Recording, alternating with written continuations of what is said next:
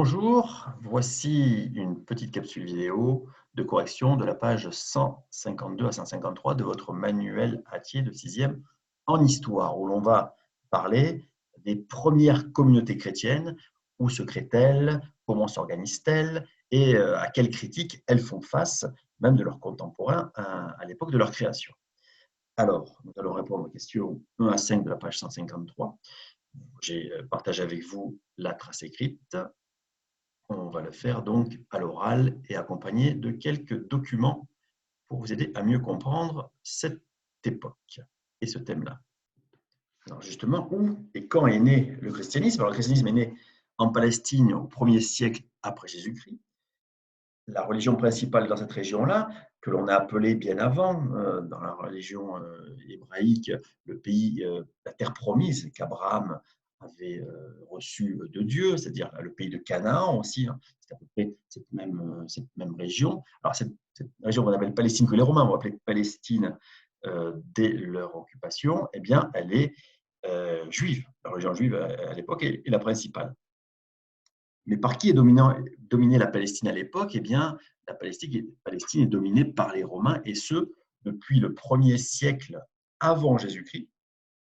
Et la prise de Jérusalem, la capitale du royaume d'Israël, a été prise par les Romains donc en 63 avant Jésus-Christ. Par qui?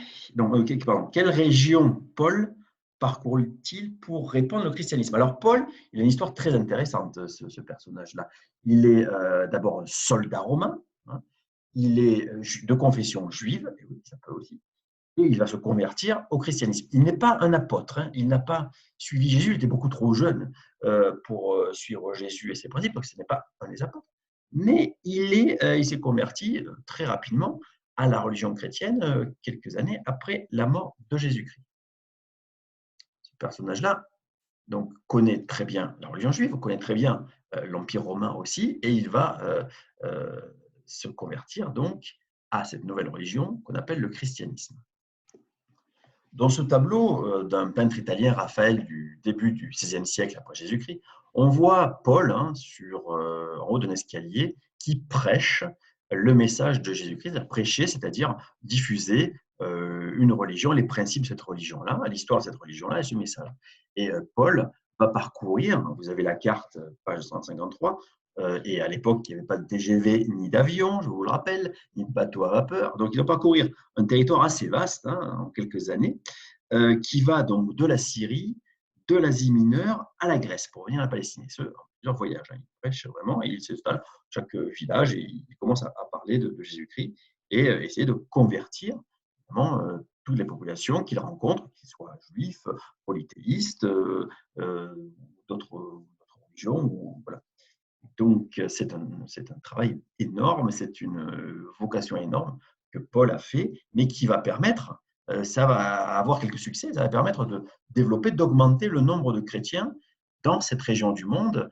Les premiers chrétiens sont de cette région du monde, hein, entre la Syrie, l'Asie mineure, l'actuelle Turquie, hein, et la Grèce aussi.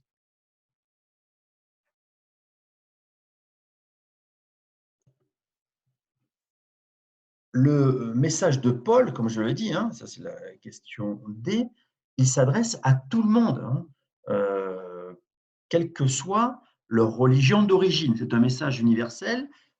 Jésus l'a dit, hein, aime ton prochain comme toi-même. Et puis, il promet à tout le monde, aux pauvres indigents, la vie éternelle et après la mort. Donc, pour les pauvres, les indigents et ceux qui vont le suivre. Donc, Paul s'adresse à tous, hommes, femmes, enfants, et dans les langues possibles. Alors, Paul parle le grec. Je vous rappelle, le grec, c'est l'anglais de l'époque, la langue universelle où tout le monde parle plus ou moins bien pour se faire comprendre, qu'on soit d'Asie mineure, de Grèce ou de Syrie. Bon, voilà. Mais il parle aussi le latin, hein, il parle aussi l'hébreu, n'oublions pas, il est juif. Donc, il peut prêcher en plusieurs langues, c'est un avantage de cette région où il y a beaucoup de langues, même si tout le monde doit comprendre plus ou moins le grec.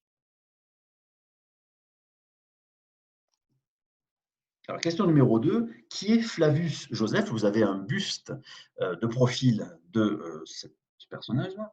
Selon lui, que croient les disciples de Jésus? Alors, Flavius Joseph est à la fois un historien juif et un citoyen romain. Et ça se peut, hein, parce que juif, c'est une religion. Hein, et citoyen, c'est pas. Donc, évidemment, les Romains ont conquis le royaume d'Israël, qui est devenu la Palestine, et, donc, au 1er siècle avant Jésus-Christ. Donc, Flavius Joseph est né à la fin du 1er siècle après Jésus-Christ. Donc, évidemment, il est dans cet empire romain. Donc, il est à la fois citoyen juif et romain, pardon, puisqu'il n'y a plus de citoyenneté juive, il n'y a plus de pays juif, il n'y a qu'un pays conquis par l'Empire romain, donc citoyen romain et de religion juive.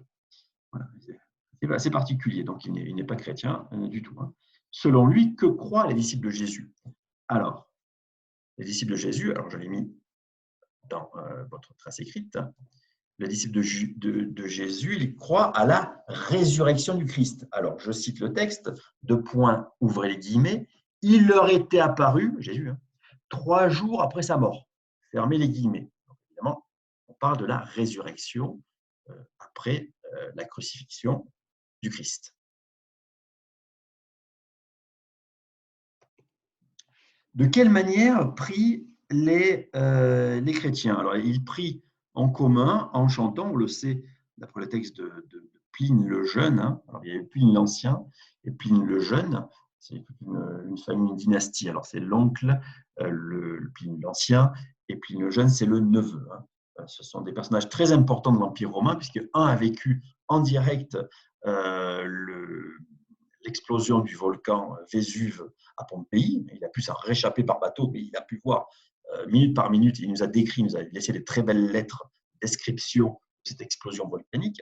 Et puis, Pline le Jeune, lui aussi, il va laisser beaucoup de lettres, puisqu'il est gouverneur, c'est-à-dire c'est le chef d'une région de l'Empire romain. C'est l'empereur romain lui donne cette fonction de gérer une partie de l'Empire romain, parce qu'il est tellement vaste, c'est un gouverneur, et il va écrire évidemment dans l'Empire romain ce qui se passe dans sa province, et notamment dans sa province où il est, donc c'est en Béthynie, c'est-à-dire une partie de l'actuelle Turquie, et il va voir qu'il y a des groupes un peu mystérieux qui ils prient en commun et qui chantent les louanges de certain Jésus-Christ, et d'un Dieu unique. Ce Dieu unique, ce n'est pas du tout l'empereur romain, hein, et puis ce n'est pas du tout un Dieu non plus romain, et va en prévenir, c'est son rôle, c'est son devoir, c'est son travail, prévenir l'empereur que certaines communautés dans l'Empire romain ne respectent pas le culte à l'empereur, ne font pas des louanges, des prières au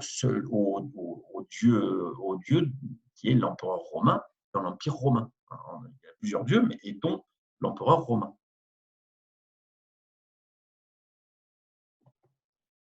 La preuve aussi que Pline le Jeune ne connaît pas très bien cette religion, parce qu'il dit au départ à un jour marqué. Alors, il ne sait pas très bien quel jour. Il ne pourrait pas dire si c'est un dimanche, si c'est un samedi, un lundi. Il ne sait pas trop, mais ils se réunissent à intervalles réguliers pour prier en chœur, chanter les louanges de ce fameux Jésus et ce Dieu unique. Donc, alors, pour répondre à la question, à quel moment prient-ils en commun? Eh bien, à un jour marqué. Alors, nous, on le sait, hein, on a étudié un peu le christianisme. On sait que c'est le dimanche. Chaque dimanche, ils vont se réunir pour prier en commun un Dieu qui n'est pas l'empereur romain et qui n'est pas un des dieux romains non plus.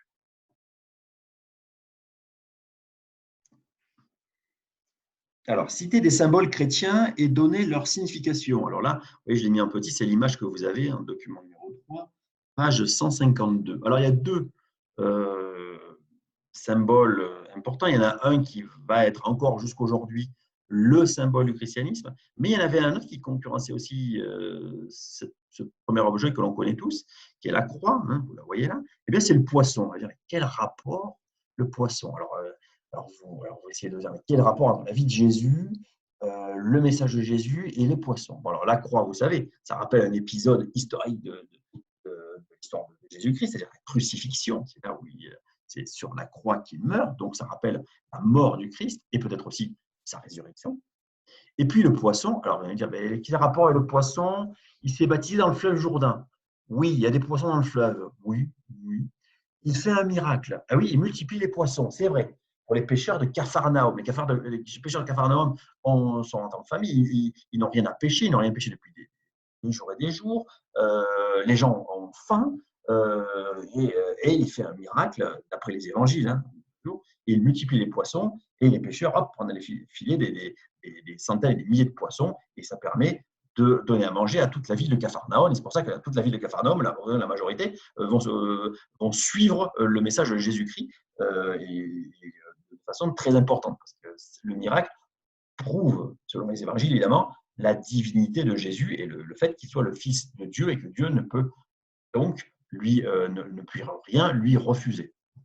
Donc, alors, ce n'est pas exactement ça, mais ça pourrait être, mais c'est surtout un code pour que les autres ne puissent pas comprendre. Souvent, il n'y avait pas la croix, il y avait seulement le poisson. On dessinait un poisson sur les murs pour comprendre les murs de cette maison-là, pour dire les gens qui habitent dans cette maison-là sont chrétiens.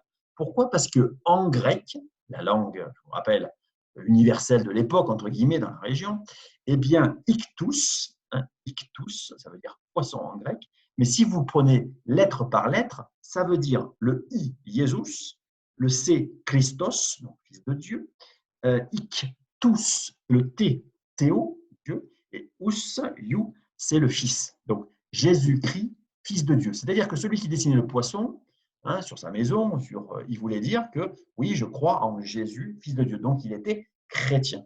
Donc, le poisson comme la croix sont deux symboles de reconnaissance pour les chrétiens.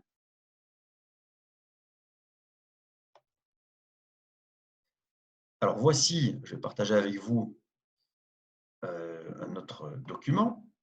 Le voici.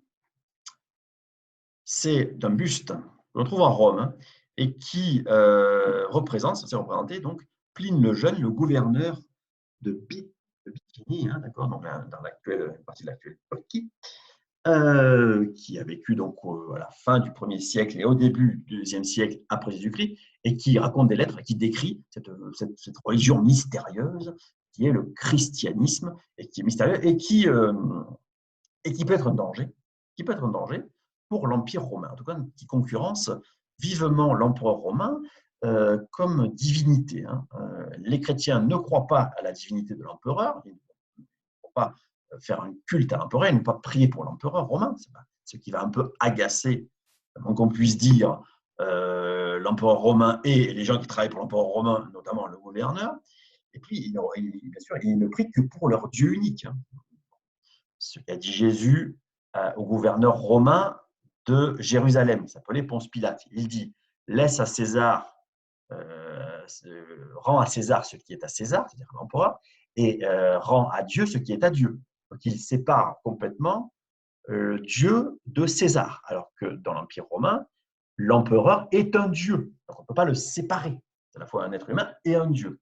Et les chrétiens ne croient pas du tout en cela. Évidemment, ça va chauffer.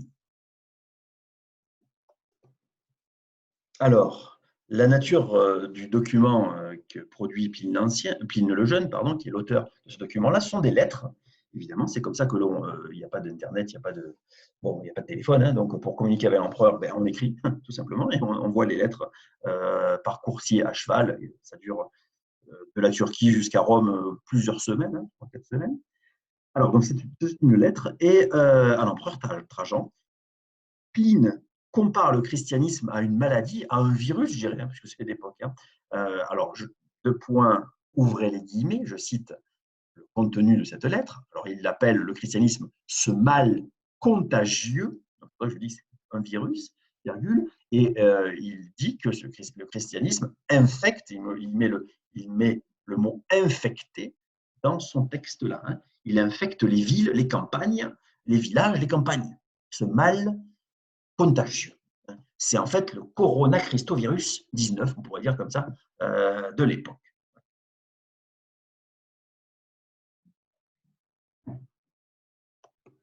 Voilà, vous savez tout sur ce dossier des premières communautés chrétiennes. J'espère que vous avez comparé, vous avez regardé cette vidéo-là avec votre travail que vous m'avez rendu. Je vous le répète, je le répéterai jamais assez, mais beaucoup d'entre vous m'ont rendu, la majorité m'ont rendu le travail, c'est bien, il y a une bonne assiduité. Je vous félicite